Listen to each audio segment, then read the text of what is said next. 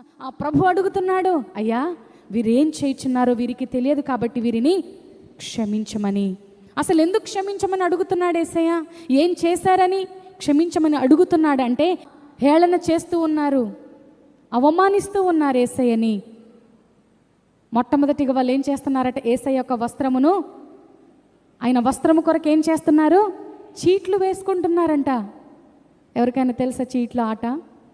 చిన్నప్పుడు ఆడేవాళ్ళు కదా, దొంగ పోలీస్ అని, లేదంటే ఇష్టం వచ్చిన పేర్లు రాసుకొని ఆడుతూ ఉండి, అట్టి రీతిగా యేసయ్య యొక్క వస్త్రము విషయమై చీట్లు వేసుకుంటున్నారట. ఎవరికి వస్తుంది?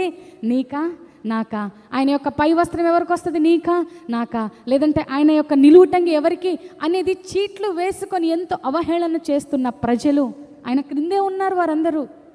మరికొంతమంది అంటారు, నువ్వు రాజు అని చెప్పుకున్నావు కదా, నువ్వు నిజంగా రాజు దేవుడవైతే ఇప్పుడు కిందికి దిగిరా, మేము చూస్తామని కొంతమంది హేళన చేస్తూ ఉన్నారు.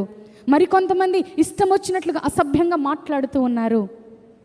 ప్రియదేవుని బిడ్డలారా, కొంతమంది యేసుక్రీస్తు ప్రభువారికి దాహమైందంటారా, నీళ్ళని ఇవ్వండి అని చెప్పి ఆ యొక్క నిలువుటి కర్రకు ఒక చిరకను దానికి అమర్చి ఆ చిరకకు పాయిజన్ ఇచ్చి చేదు చిరకని యేసయ్యకి అందించారు. ప్రియదేవుని బిడ్డలారా, ఇక్కడ మనం గమనించినట్లయితే ప్రజలు ఏం చేస్తున్నారో వారికి అర్థం కాలేని పరిస్థితి. అవన్నీ చూస్తున్న ప్రభు, అవన్నీ గమనిస్తున్న ప్రభు ఒకే ఒక్క మాట అంటున్నాడు, అయ్యా వీరేం చేస్తున్నారో వీరికి తెలియదు కాబట్టి వీరిని క్షమించమని. ఈరోజు నీ మాట వింటున్నావు, చాలా బాగుంది.